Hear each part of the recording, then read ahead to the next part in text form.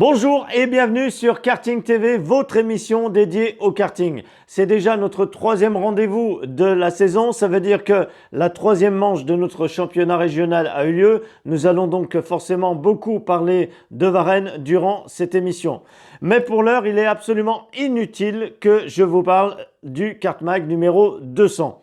Pourquoi c'est inutile? Parce que je suppose que tout le monde se l'est déjà procuré, vous l'avez déjà acheté, donc il n'est pas nécessaire que je vous dise tout ce que vous allez trouver dedans, que vous avez Michael Schumacher en couverture, qu'il y a donc dedans un dossier dédié à Michael Schumacher, également un dossier sur Marco Ardigo, une légende désormais dans le milieu du karting. Il n'est absolument pas nécessaire que je vous dise qu'il y a dedans donc le top 10 des couvertures préférées de Jackie Foulatier, avec forcément un lot d'anecdotes et de bons souvenirs pour, à la fois pour lui et puis souvent pour nous les lecteurs. Absolument pas nécessaire non plus que je vous dise que vous trouvez dedans toute l'actualité en termes de course, en termes de matériel, en termes de championnat. Voilà, donc une petite rubrique pour vous dire que ce numéro KartMag 200, c'est un événement. On en a déjà parlé, mais en plus, il est très très bien construit, il est très très intéressant. Donc il n'est absolument pas nécessaire que je vous dise qu'il faut l'acheter, qu'il faut l'avoir dans votre collection. C'est inévitable. Bravo à KartMag en attendant d'avoir duré aussi longtemps et surtout, ça n'est pas fini puisque nous sommes partis pour un prochain numéro 201, 202, 203 jusqu'à plus soif. Et puisque la saison est bel et bien lancée, il est temps de faire le point sur les rendez-vous à venir dans les semaines prochaines puisque l'agenda est désormais très très chargé. Premier rendez-vous important, il s'agit donc de la deuxième manche du trophée Oscar Petit qui a lieu à Varennes-sur-Allier les 18 et 19 mai.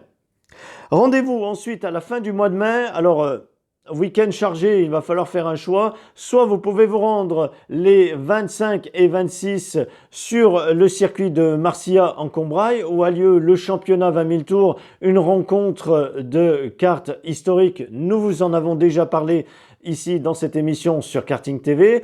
Vous avez également la deuxième manche du trophée KartMag qu'on appelle la Star Cup qui aura lieu à Valence, donc les 25 et 26 mai.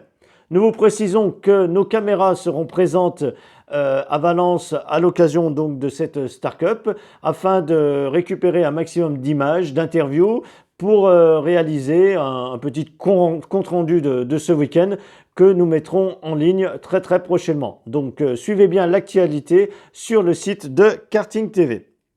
Les 1er et 2 juin, un moment important également en ce qui concerne le championnat de Ligue Auvergne. L'année dernière, la course à Perse n'avait pas pu se faire. Le rendez-vous donc a lieu au tout début de ce mois de juin sur ce très très beau circuit qui se trouve à proximité d'Aurillac. Petite précision en ce qui concerne donc cette quatrième manche du championnat de Ligue Auvergne, elle est dite open, c'est-à-dire que si vous n'êtes pas inscrit au championnat de Ligue Auvergne, vous pouvez quand même y participer. Renseignez-vous en vous rendant sur le site de la CRK Auvergne, puisqu'il y a des pneus à commander, toutes les procédures pour pouvoir vous inscrire sont indiquées. Vous aurez donc le loisir de procéder à votre inscription. Vous avez également les 8 et 9 juin, seulement pour les catégories minimes, cadets et nationales, vous aurez un rendez-vous important qui concerne les Coupes de France à Brignoles. Donc un circuit dans le sud, un circuit connu et réputé qui vous permettra de rencontrer de très très bons pilotes au niveau national. Pour ces mêmes catégories, on vous donne rendez-vous le week-end suivant, c'est-à-dire les 15 et 16 juin, sur le circuit de Villars. C'est le Trophée Jeune. Je le répète, il concerne uniquement les catégories minimes, cadets et nationales. Les inscriptions ont déjà débuté sur le site de l'ASK Villars. Donc si vous voulez vous inscrire, rendez-vous instamment, très très rapidement sur ce site afin de valider votre participation. 22 et 23 juin, nous serons de nouveau à Varennes-sur-Allier où nous aussi nous poserons à nouveau nos caméras afin de suivre la NSK, deuxième manche de cette NSK, donc qui aura lieu à Varennes. Là aussi, quelques semaines après, nous vous proposerons sur le site de Karting TV un petit résumé de cet événement. Et pour terminer le mois de juin, rien de tel qu'une petite course club à Montbrison, histoire de préparer la 5e et dernière manche du championnat de Ligue Auvergne qui aura lieu au mois de septembre. Donc 30 juin, notez bien, c'est la date de la course club à Montbrison. Voilà, on vous l'avait dit, un agenda très très chargé. Donc il va falloir être en forme pour pouvoir participer à toutes ces courses. Et maintenant, nous allons parler d'équipement de pilote. Grâce à Itaka Shop, nous allons pouvoir vous présenter la gamme OMP. OMP, une marque très connue dans le milieu des sports automobiles, une marque qui va nous proposer donc des combinaisons, c'est la gamme 2019, également des gants. Alors, plusieurs types de gants. Le plus dur, ça va être de choisir entre les différentes couleurs et difficulté accrue en ce qui concerne le choix pour les bottines, puisque vous voyez que vous avez beaucoup de modèles de bottines différents. Donc là aussi, très très dur de faire son choix, mais c'est ce qui fait l'intérêt de cette gamme 2019 chez OMP. Donc merci à Itaka Shop de nous proposer ces produits et je vous rappelle en même temps que vous pouvez retrouver forcément un peu partout en France, un magasin Itaka Shop qui fera votre bonheur. Et puisque nous parlons d'Itaka Shop, nous ne résistons pas à l'envie de féliciter Anthony Abbas pour sa très très belle victoire à Wackersdorf lors du Grand Prix Karting Allemagne 2019. À noter également la 5e position de Bas Lammers au classement. Le mois dernier, nous vous avions déjà parlé de RSX Design. Nous vous avions expliqué que c'est une société qui réalise des kits déco de qualité qui vous permettent de personnaliser votre carte, les éléments de carrosserie ou d'autres éléments de votre petit bolide. Cette fois-ci, nous vous proposons une petite vidéo, somme toute assez courte mais très très importante, qui va vous permettre de comprendre qu'avec un peu d'imagination, vous pouvez tout faire sur votre kit déco de manière très très facile grâce à l'outil qu'on peut trouver sur leur site internet. Je vous laisse découvrir cette vidéo et n'hésitez pas tout de suite après à vous rendre sur le site de RSX Design pour tenter de construire votre propre vidéo et de le personnaliser au mieux. Voici la vidéo.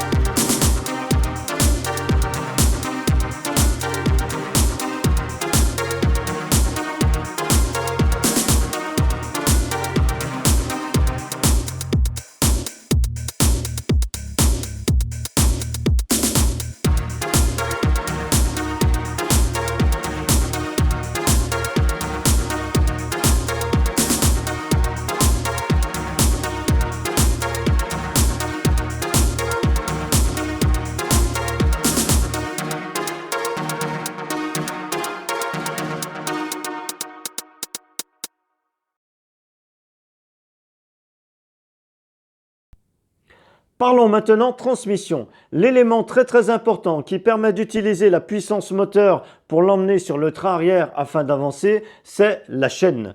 La chaîne, elle s'entretient, elle se règle et souvent elle se change.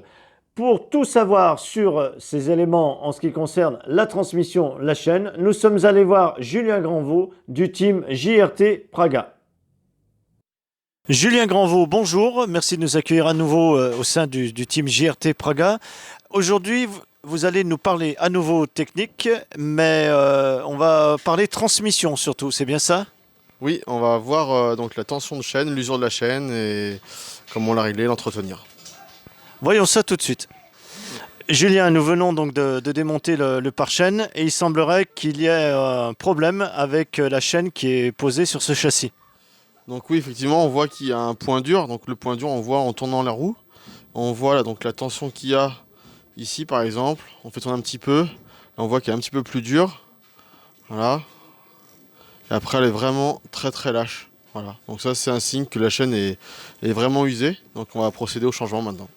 Et il est temps de la changer, c'est ça? Oui, il faut la changer maintenant. Ouais. Parce qu'en piste, ça va casser et le pilote ne pourra plus avancer. Ça risque de casser et puis un petit peu moins aussi performant, mais bon, c'est plutôt la casse qui est dangereuse. Et quel type de chaîne on met là-dessus? Donc là, on met des chaînes standards, des DID, standards, voilà, en 100, 102, 100, 104 maillons en général sur les cadets.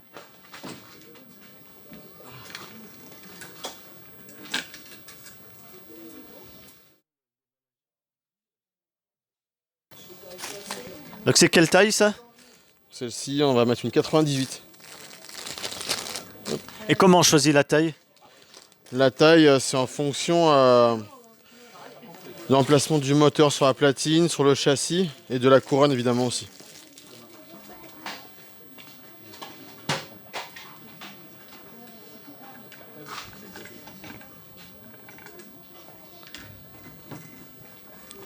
Maintenant, il faut procéder au bon réglage, trouver la bonne tension. Comment vous procédez?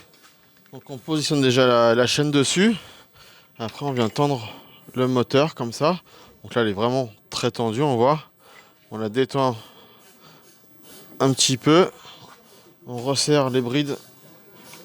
On approche sur tout le moteur là, à l'arrière. Après, à l'avant. On vient contrôler, là, on voit qu'elle est vraiment très détendue.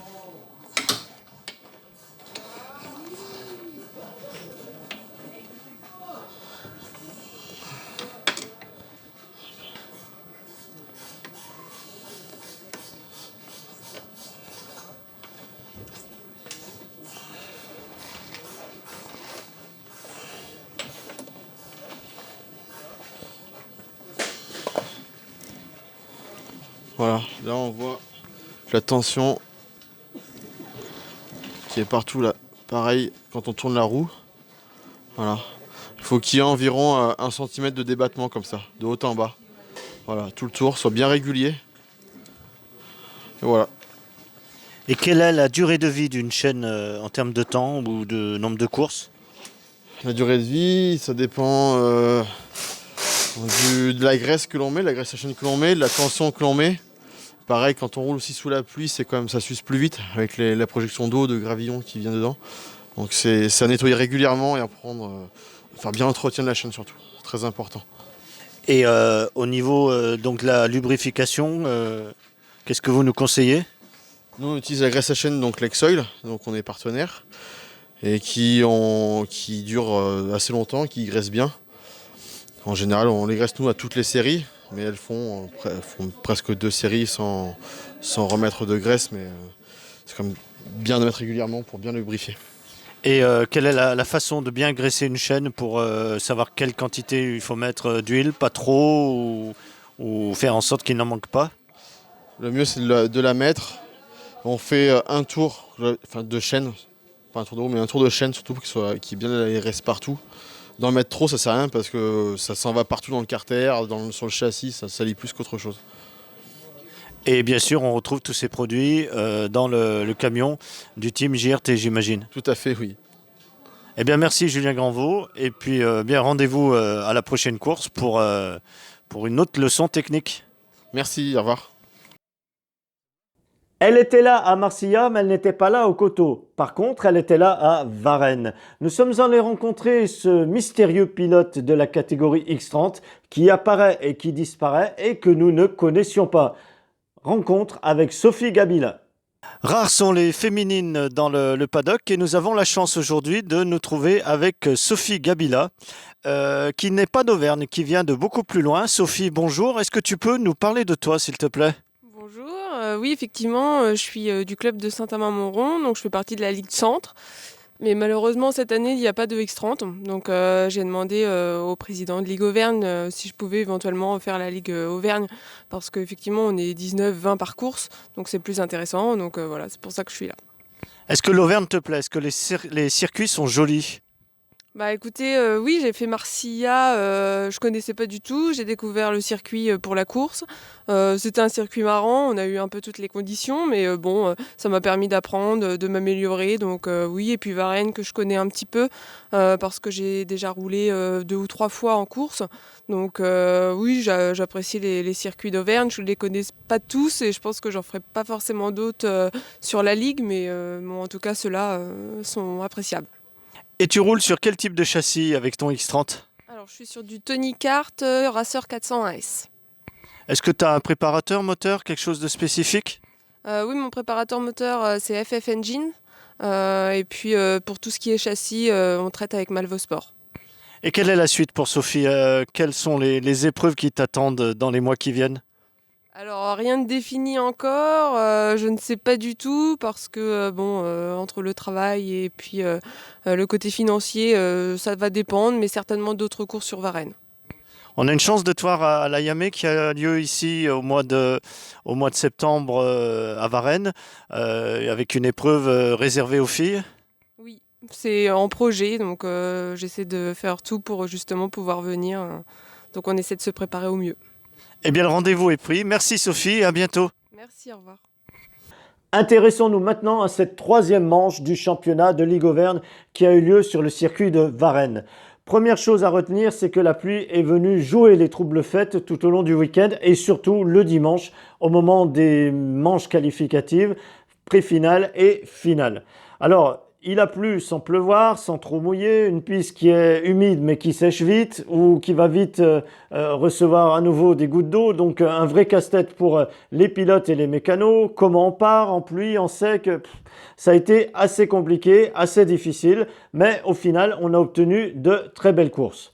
Avant de rentrer dans le vif du sujet, voici maintenant le tour du circuit. Nous nous sommes glissés donc dans le baquet de la pilote X30 Sacha Dury, numéro 4, histoire d'effectuer le tour du circuit de Varennes. Nous sommes dans le dernier virage, la parabolique. Nous arrivons sur la ligne droite. Là, forcément, l'accélération se fait à fond. Attention à l'aspiration. On peut se faire attaquer, on peut se faire doubler. Une cassure sur la droite et on arrive au premier virage. Attention ici à ne pas se faire emporter dans les graviers. Attention également à ces pif-paf ici. Impossible de passer à deux sous risque d'accident. On arrive au virage le plus lent, le virage dit du camping. Et là, une relance avec aussi une aspiration très importante dans ces quelques virages. On passe à fond normalement s'il n'y a pas de pluie, si la piste n'est pas trop humide. On arrive ici avec une très fort freinage au virage dit du pylône et attention à ce virage également sur la gauche qui est très bosselé. Une relance avec une légère pente en montée mais qui ne se sent pas dans les grandes catégories. Un virage à l'aveugle sur la gauche et là on freine très tard et on s'arrange pour perdre le moins de vitesse possible dans cette dernière parabolique. C'est la fin de cette première partie de l'émission consacrée à la course de Varennes-sur-Allier, troisième manche du championnat de Ligue Auvergne. Vous en avez l'habitude, vous pourrez suivre dans les parties qui suivent les pré-finales et les finales des catégories minimes, cadets, nationales, seniors et KZ2. N'oubliez pas de vous abonner à notre chaîne YouTube sur Karting TV, mettre un petit pouce qui monte ou encore mieux des commentaires. Merci à ceux qui nous envoient régulièrement leurs remarques, leurs encouragements ou leurs félicitations. Nous faisons au mieux pour faire évoluer cette émission et faire en sorte qu'elle vous plaise de plus en plus et au plus grand nombre. À très bientôt sur Karting TV.